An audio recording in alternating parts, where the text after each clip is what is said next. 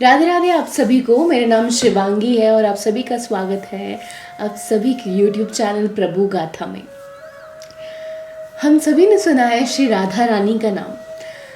तो आज मैं आपको एक ऐसी कहानी सुनाने जा रही हूँ जिससे आपको श्री राधा रानी के नाम का महत्व पता चल जाएगा।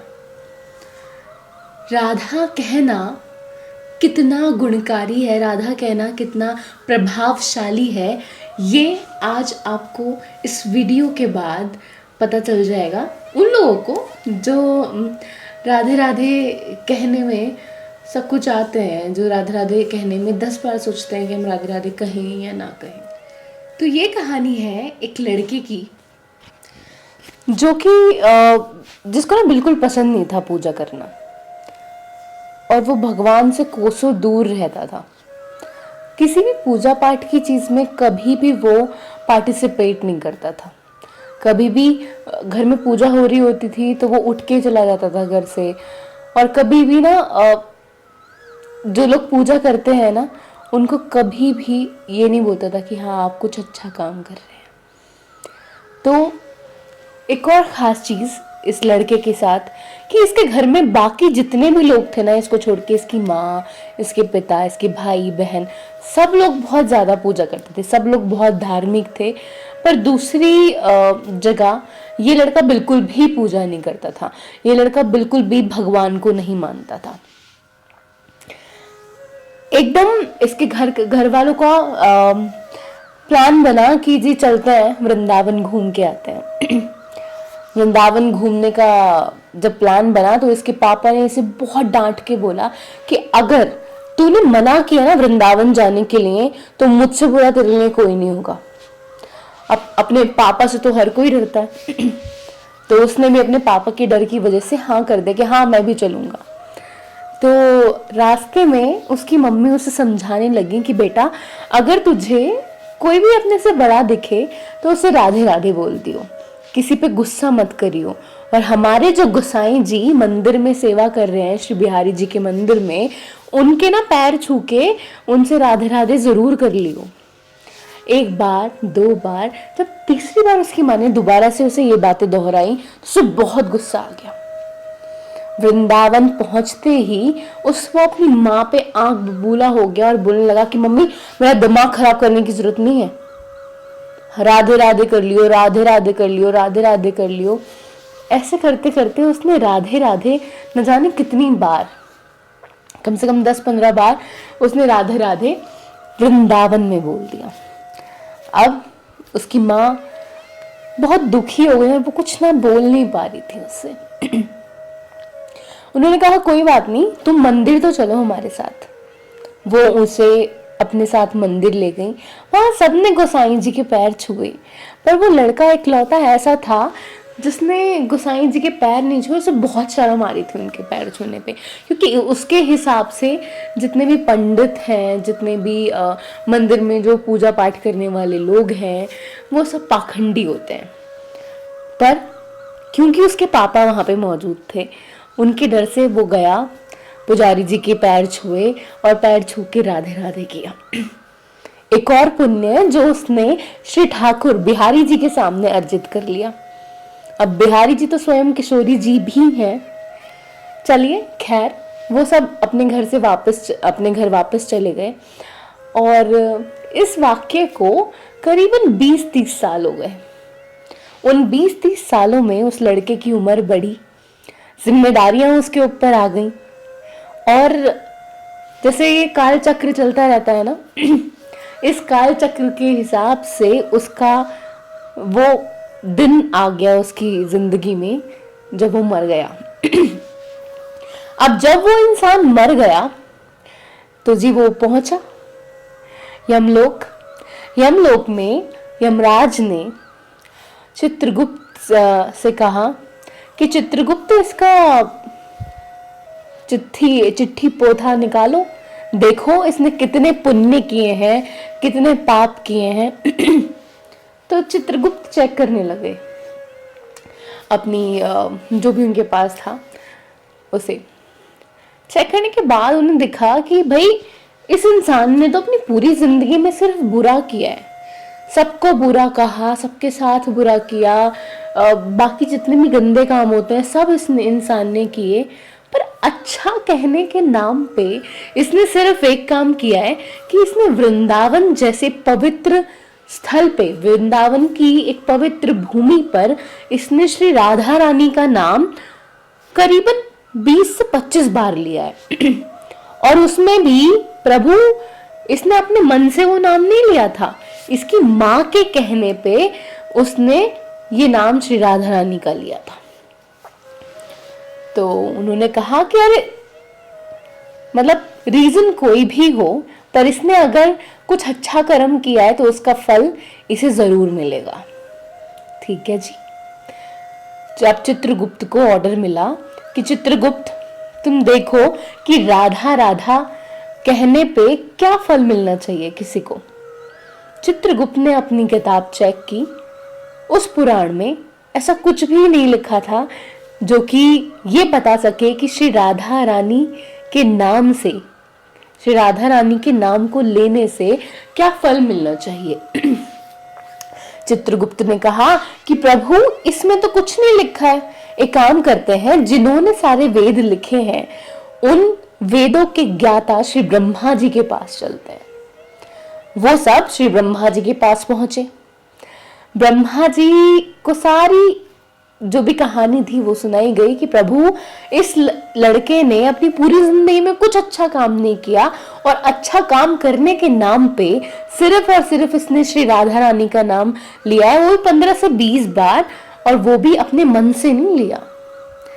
अब ब्रह्मा जी सोच में पड़ गए कि श्री राधा नाम कहने पे किसी को क्या फल दिया जाए।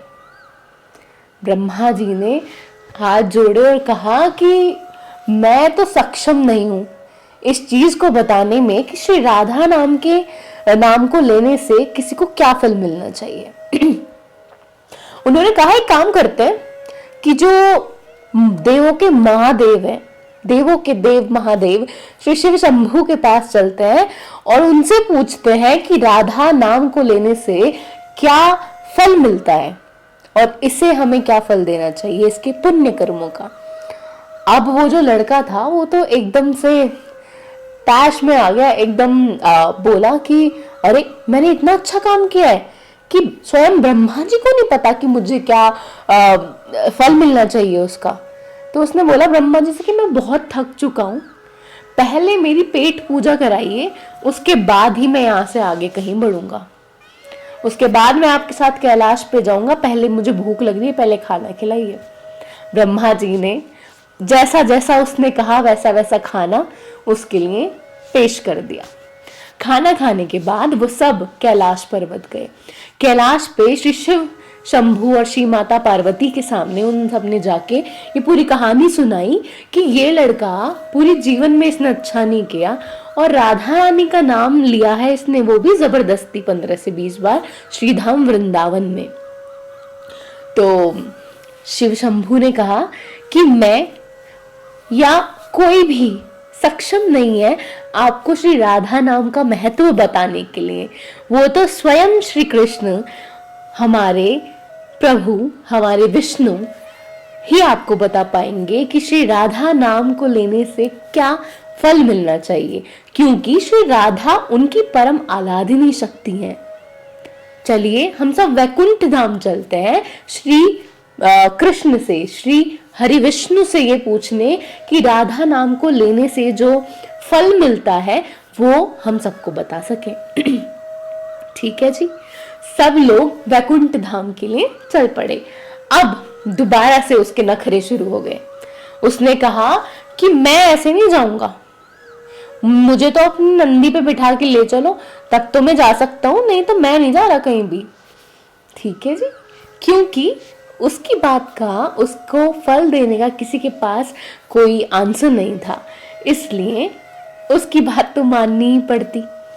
उसकी बात को मानते हुए उसे नंदी पे बिठाया गया और वहां से कैलाश से श्री वैकुंठ धाम ले जाया गया।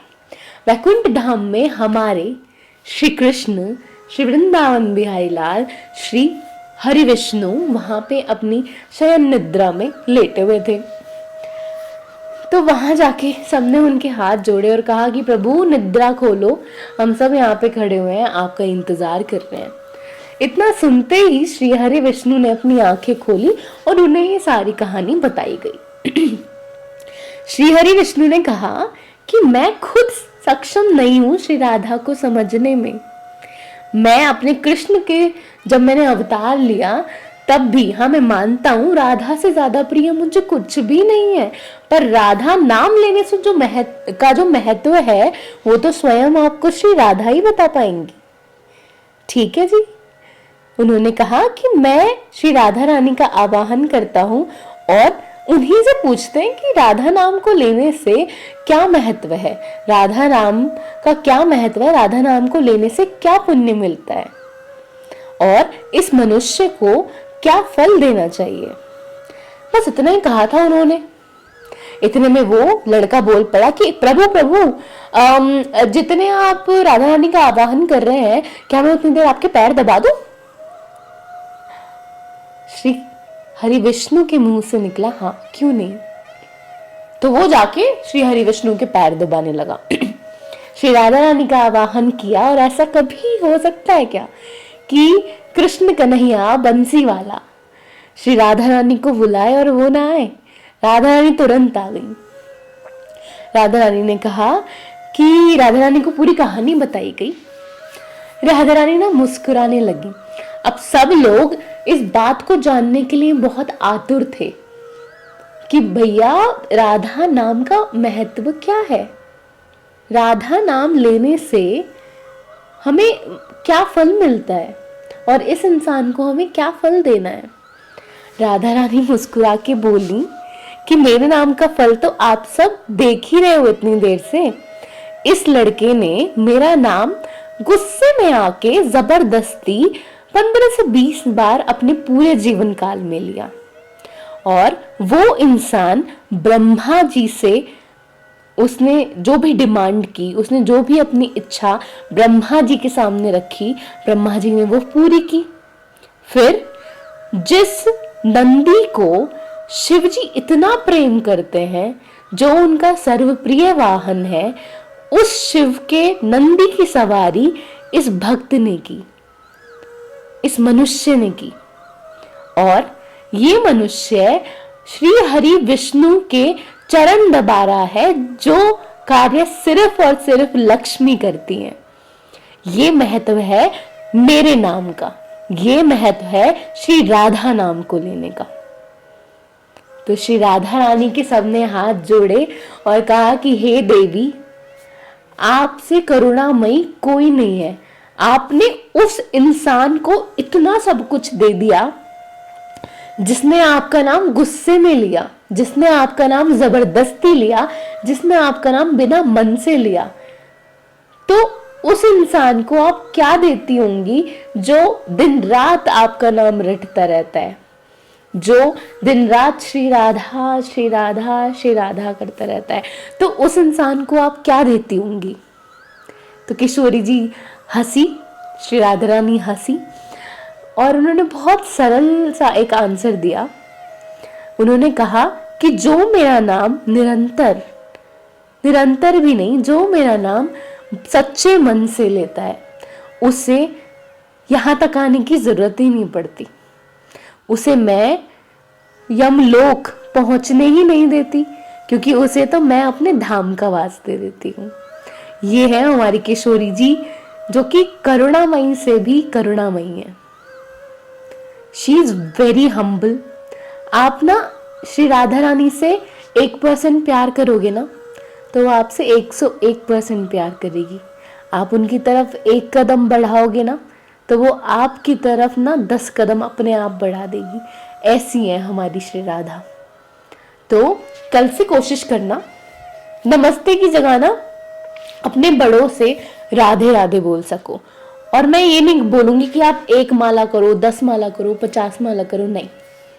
मन से श्री राधा रानी का नाम सिर्फ 11 बार ले लोगे ना दिन में, उससे भी आपके सारे काम बन जाएंगे। तो कल से राधे राधे बोलना है, ठीक है। दोबारा से मैं दोबारा आऊंगी एक और प्यारी सी कहानी लेके आप सभी के लिए। तब तक के लिए जय बिहारी जी, राधे राधे।